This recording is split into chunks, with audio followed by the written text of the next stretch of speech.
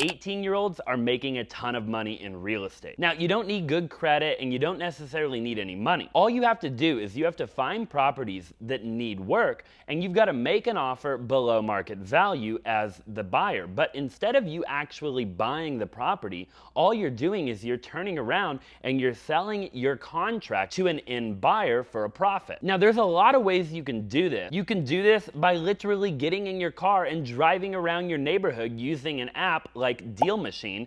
And if you do decide to download Deal Machine, you can go to topd4d.com, use the code Zaback, and get a discount on the Driving for Dollars application. And then just drive around your neighborhood, look for properties that look beat up and run down, and then figure out what the property would be worth if it was all fixed up, and then make an offer below market value. Then all you got to do is you got to reach out to investors that would be willing to buy that property. And there's a ton of ways you can do that as well. So make sure you come follow me for more.